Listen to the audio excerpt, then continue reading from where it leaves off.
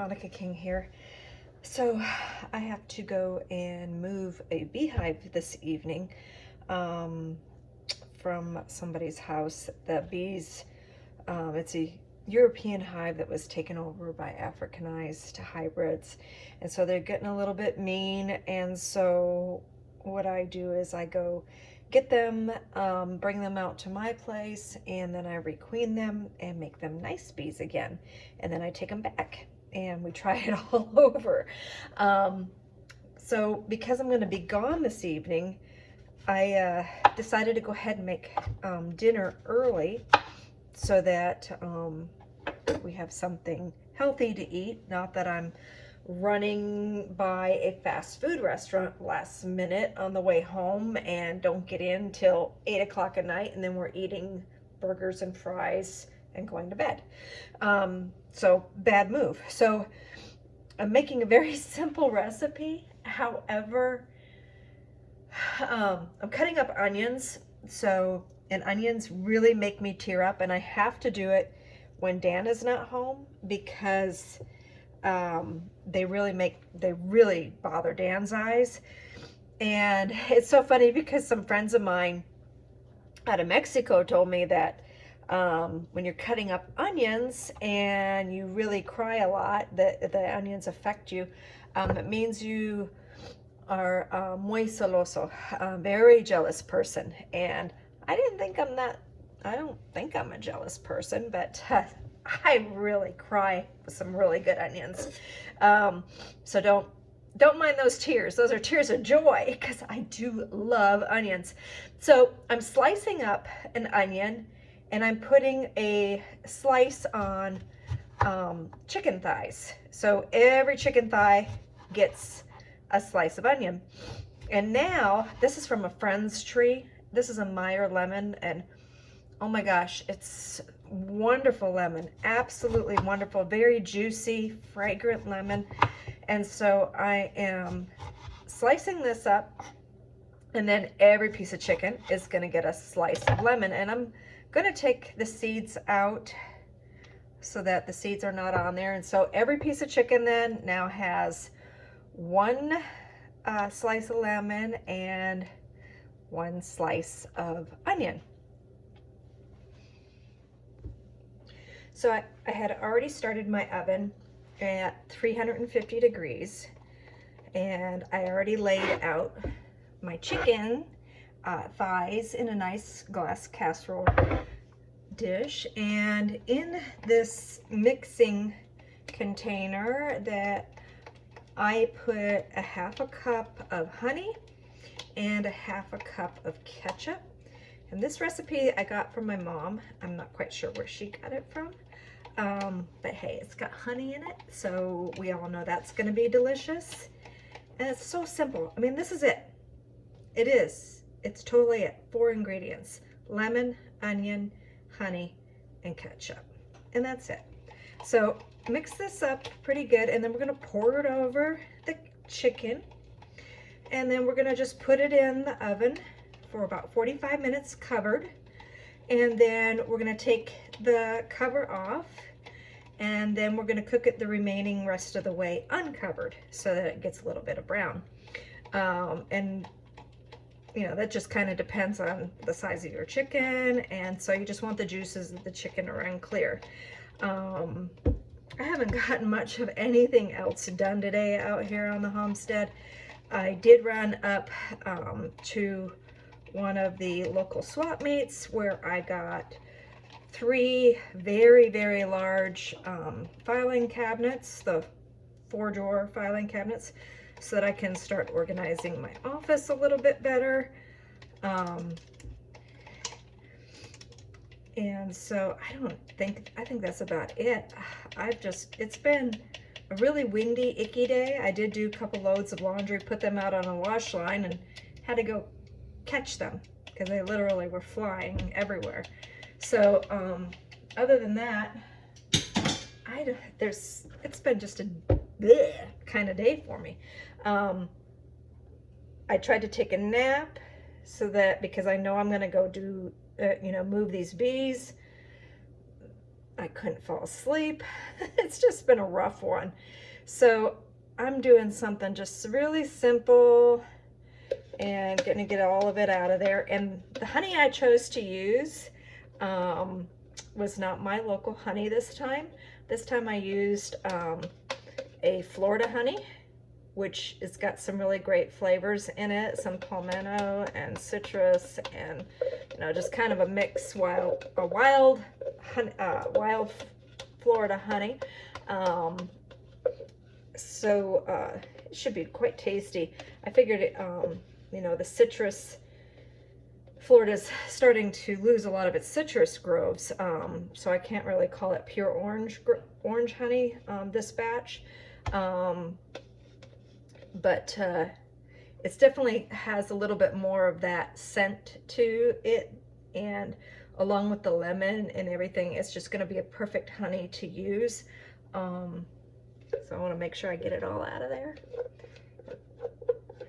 And then I'm going to cover it and get that in the oven. So probably just going to serve this with some yellow squash that another friend gave me. Some buttered boiled yellow squash, and maybe a side of rice. So it's just going to be something really simple, easy to make, and that's kind of how my day needs to be. Nothing crazy today. So other than that, dinner is pretty much finished, all except for the oven now. Now it's time for the oven to go to work. Last minute I had that chicken going into the oven, and last minute I got a call. And the call is from a bee removal that I did or tried to do last night. And so what it was like 5 days ago, the tenants heard the bees arrive. They heard a swarm come in, and then they seen them go into the eaves of the house. So the bees they're already into the attic area or the breezeway of a ranch style house. And so I went there because the story, was basically they shouldn't have very much comb and not be established. So I went and tried to do a force abscond last night using smoke and using things like what beekeepers use to make bees leave their honey supers. And so I tried everything. I tried it for an hour and a half before I gave up. These bees did not want to come out. I might have got like 200-300 bees. I did not get the queen. And they said, nope, we're not coming out and you're not going to make us. So they were stubborn. And so I told the homeowners to keep an eye, or the tenants to keep an eye out, that the bees might still decide to abscond until I can get back there. And because I was booked for moving bees tonight, I wanted to cut open the house, cut open the spot, and get to the bees tomorrow night. And sure enough, right when I was putting the chicken in the oven, there it happened. They sent a picture. The bees are all balled up on the outside, just hanging on the outside of the house under the eaves. And so I am on my way really quick to go. I live an hour away, but I got to get there to get the bees before they leave, or go back into the house. Sometimes they'll, just wait for the, spot that they had chose. They'll wait for it to air out, and then they'll go back in. So it's like one of those, if I was an, first responder, I'd have my lights on right now. I got to get there. So I'm on my way to pick up some bees, and that's how fast my life changes. Okay, I got home from the bee removal, and then I had to get the chicken back into the oven, and so it turned out okay. I really like very juicy chicken, and I like it to kind of fall off the bone kind of thing. And Dan's kind of the guy that likes some dry and crispy, really well done.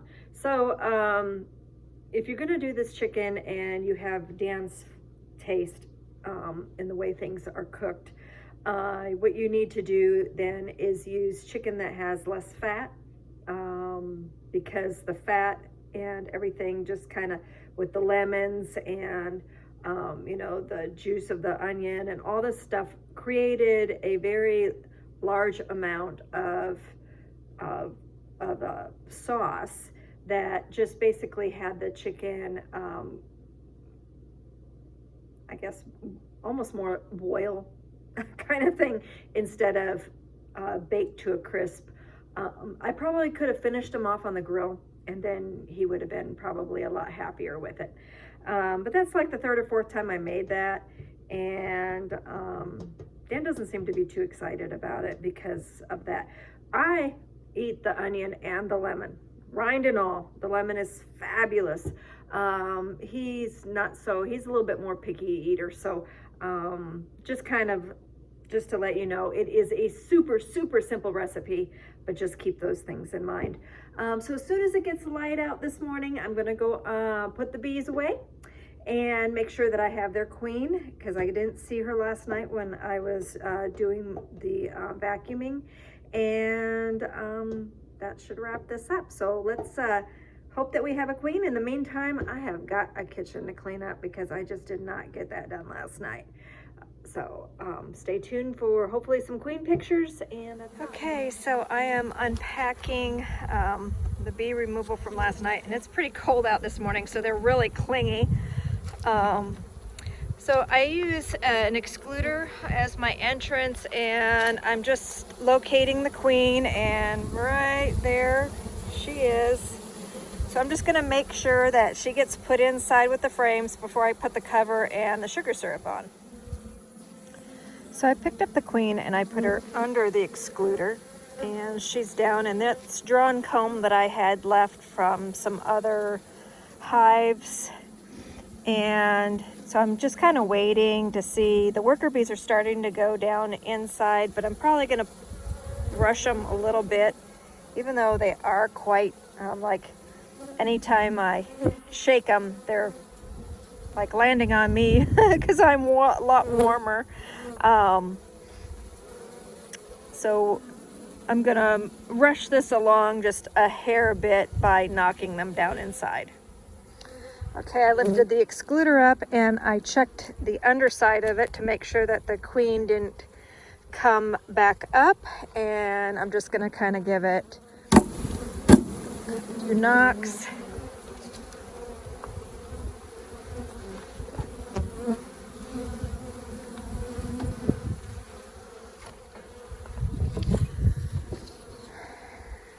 And then I'm going to cover them. Kind of give them a little bit of time there to move in. There is a spacer so that it's not squishing the bees, as you can see. And then I'm just going to give them a little bit of a feed to get them going, get them a little sugar syrup. And so all the rest of the bees that are on the outside will eventually find their way in, because the queen is stuck inside. She can't get out. And here they go. It just takes a little while, and they figure out where the door is.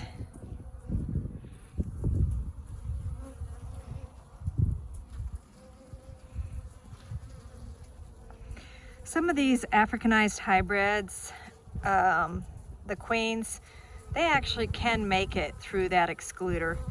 So I'm hoping that by feeding them the sugar syrup that they decide that this is a good home, because they were originally an abscond swarm anyway, which basically means that they were looking for somebody to give them a handout during these rough times. So I'm pretty sure they're gonna appreciate me and stay. If it was spring, I'd be a little bit more worried, and I probably would, on top of having the excluder entrance, I probably would even cage the queen for a period of time. But this time of year, I tend to be able to get away with doing it this way.